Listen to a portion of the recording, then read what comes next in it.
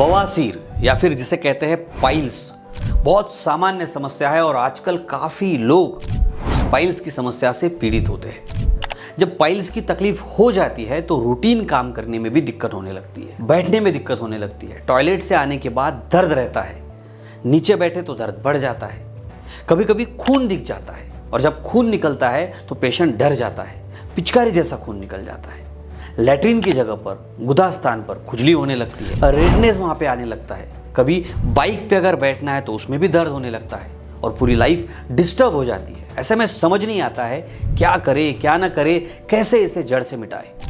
काफ़ी घरेलू नुस्खे भी लोग ट्राई करते हैं, लेकिन आज मैं आपको ऐसा ज़बरदस्त एक तरीका बताने वाला हूं जो अगर आप इस्तेमाल करेंगे तो आपकी पाइल्स की तकलीफ में आपको बहुत अच्छा आराम मिलेगा। देखिए, रोज़ाना काफ़ी पेशेंट्स पाइल्स के मैं देखता हूँ, पाइल्स, फिशर, फिचुला, इसमें होम्योपैथी से लोगों को ठीक करता हूँ। आप मुझसे कंसल्टिंग भी बुक करा सकते हैं। मेरा व्हाट्सएप नंबर मैंने नीचे दिया है। नमस्कार, मैं डॉक्टर शीतल टोंगसे बहुत बहुत स्वागत करता हूं डॉक्टर टोंगसे होम्योपैथी में। हम आगे बढ़े इससे पहले छोटा सा काम कीजिए, नीचे बटन है, इस चैनल को सब्सक्राइब जरूर कीजिए, आपके काम की वीडियो है। आज मैं आपको बताने वाला हूं पाइल्स और फिशर और फिशुला की तकलीफ में बहुत ही कारगर तरीका, जिसे हम कहते हैं सिट्स बाथ। क्या है ये सिट्स बाथ, किस तरह से हम सिट्स बाथ ले सकते हैं और कैसे पाइल्स, फिशर, फिचुला की तकलीफ में ये बहुत कारगर साबित होता है, इन सभी बातों को विस्तार से समझते हैं। पहले हम समझते हैं सिट्स बाथ है क्या और कहाँ से आया है ये। देखिए, सिट्स एक जर्मन वर्ड है। सिट्स का मतलब होता है बैठना और बाथ यानी स्नान। अब ये एक विशिष्ट प्रकार का स्नान है जिसमें मुख्य रूप से जो हमारा निचला हिस्सा है यानी कि लैट्रिन की जगह है, वहाँ पर अगर दर्द हो जाए, सूजन हो जाए तो उसे कम करने के लिए ही इसे बनाया गया है। सिट्स बाथ का आविष्कार हुआ है 1842 में।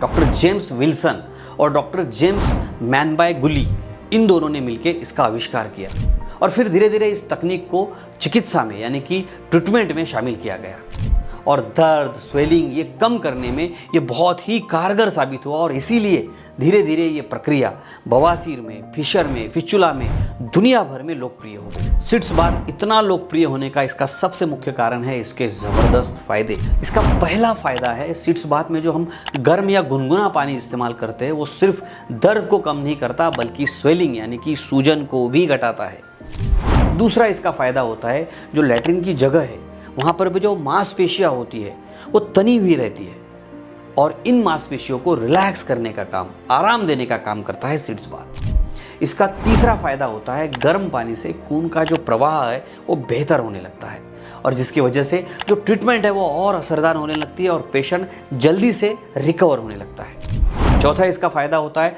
अगर आप नियमित रूप से सिट्स बाथ लेते हैं तो जो इन्फेक्शन का खतरा है यानी कि संक्रमण का जो खतरा है वो भी कम होता है। अब सवाल यह है कि सिट्स बाथ ले कैसे, क्या है इसके स्टेप्स, चलिए समझते हैं। सिट्स बाथ लेने के लिए सबसे पहली चीज जो आपको लगती है वो होती है सिट्स बाथ टब। अब ये टब आपको मार्केट में मिल जाता है, देखिए इस तरह से, या फिर आप एक बड़ा टब जो भी आपके पास अवेलेबल है उसका इस्तेमाल कर सकते हैं। ये टब इस तरह से होना चाहिए जिसमें आप आसानी से बैठ सके और आपका जो निचला हिस्सा है वो पानी में आए। साथ ही आपको लेना है गर्म गुनगुना पानी। अब पानी गुनगुना होना चाहिए लेकिन बहुत ज़्यादा गर्म नहीं होना चाहिए, इससे आपकी त्वचा जलनी नहीं चाहिए, लेकिन गुनगुना होना बड़ा ज़रूरी होता है। अब इसमें कितनी देर बैठेंगे, देखिए 10 से 20 मिनट के अंतर तक आप इसमें बैठ सकते हैं। दिन में 2 से 3 बार आप इस टब में बैठ सकते हैं। ये डिपेंड करेगा आपकी तकलीफ है कितनी। अगर आपको फिस्टुला की तकलीफ है तो आप दिन में 2 बार बैठ सकते हैं। पाइल्स या फिशर की तकलीफ है तो भी आप दिन में 2 या 3 बार इसमें बैठ सकते हैं। ज़्यादा दर्द है तो आप ज़्यादा बार बैठ सकते हैं। अगर आपको लैट्रिन की जगह पर खिंचाव महसूस होता है, दर्द महसूस होता है, स्वेलिंग महसूस होती है तो इसका इस्तेमाल आप दिन में 3 बार कर सकते हैं। अब आपने ये समझना चाहिए कि सिट्स बाथ के बाद आपने क्या करना चाहिए।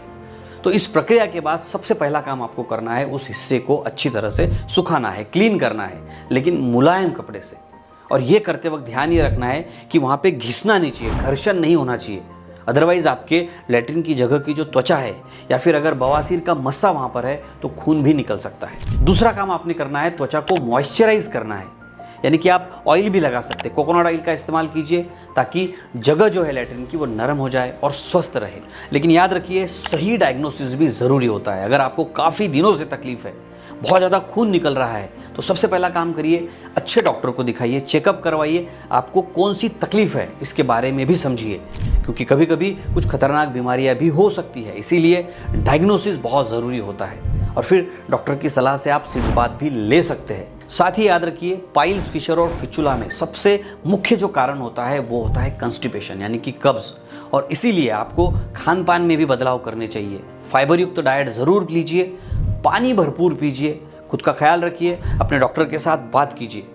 अगर आप पाइल्स से रिलेटेड या फिशर से रिलेटेड डाइट चार्ट चाहते हैं तो मुझे कमेंट में पाइल्स या फिशर ज़रूर लिखिए और डाइट चार्ट भी लिखना ना भूलिए। मैं आपको डाइट चार्ट की PDF आपको भेजूंगा ताकि आपके लिए भी ये बहुत काम की साबित हो। अगर आप मुझसे कंसल्टिंग बुक कराना चाहते हैं तो मेरा नंबर नीचे है, आप मुझे व्हाट्सएप कर सकते हैं। ये वीडियो अपने दोस्तों तक भी शेयर ज़रूर कीजिए। तो हंसते रहिए, मुस्कुराते रहिए, अपना और अपने परिवार का बहुत बहुत ख्याल रखिए। धन्यवाद।